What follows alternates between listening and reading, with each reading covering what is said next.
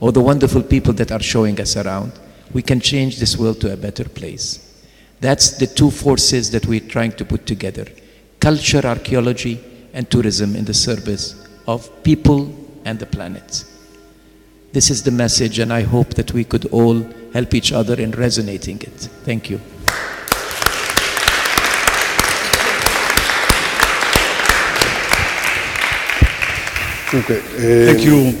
Thank you, Professor Taleb Rifai, for this very, very important message. I want to say also on behalf of Sheikh Hamay Al Khalifa, Minister of Culture and Tourism of the Kingdom of Bahrain, that unfortunately she was not able to come, and of course, as you can see, we have a very important delegation from the Ministry of Culture. They worked a lot to present in the Borsa here a very nice stand of Bahrain.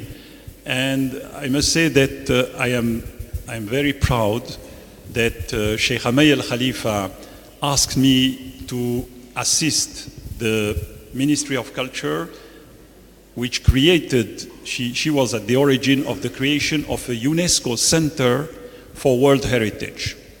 And as Minister of Culture and Tourism, she also is looking very carefully on the preservation of the two World Heritage sites which have been already nominated in Bahrain.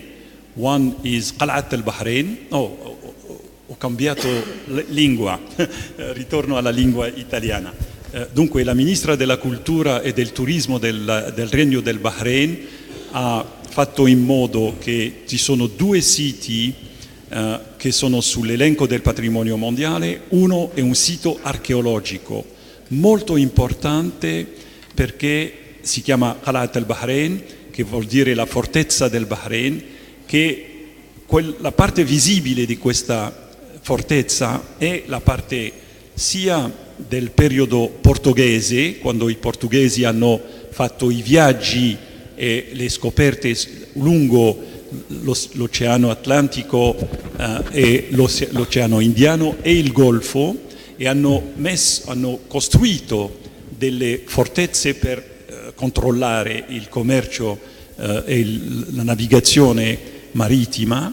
E sotto questo forte, sul piano della stratigrafia archeologica, abbiamo dei livelli che vanno fino a 3000 anni prima datazione prima del Cristo, e dunque abbiamo delle civiltà che sono state identificate dalla missione archeologica danese e dalla missione archeologica francese, e questo sito oggi è diventato un luogo importante per i visitatori.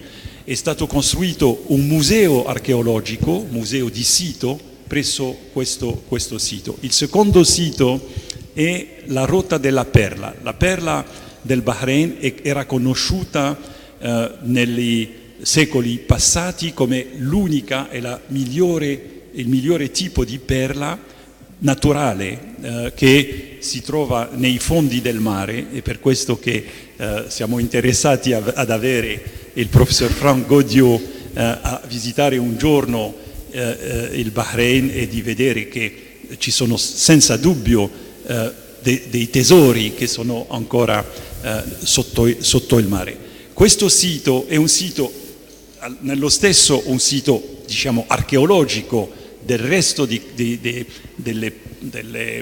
zone dove i pescatori di perle andavano a cercare queste perle e a pescare le perle, e poi c'è tutta la parte economica di valorizzazione delle perle, dal porto fino alla vendita delle perle, non solo a livello del paese, ma anche fino a paesi che sono molto lontani come l'Inghilterra, la Russia, dove si trovano le perle del Bahrain. E dunque voglio dire che la ministra, che è un'amica del professor Taleb Rifai, è esattamente nello spirito quello che è stato detto sia dal professor Taleb Rifai sia da coloro che vogliono che il turismo sia prima un turismo sostenibile e secondo un turismo che dà sviluppo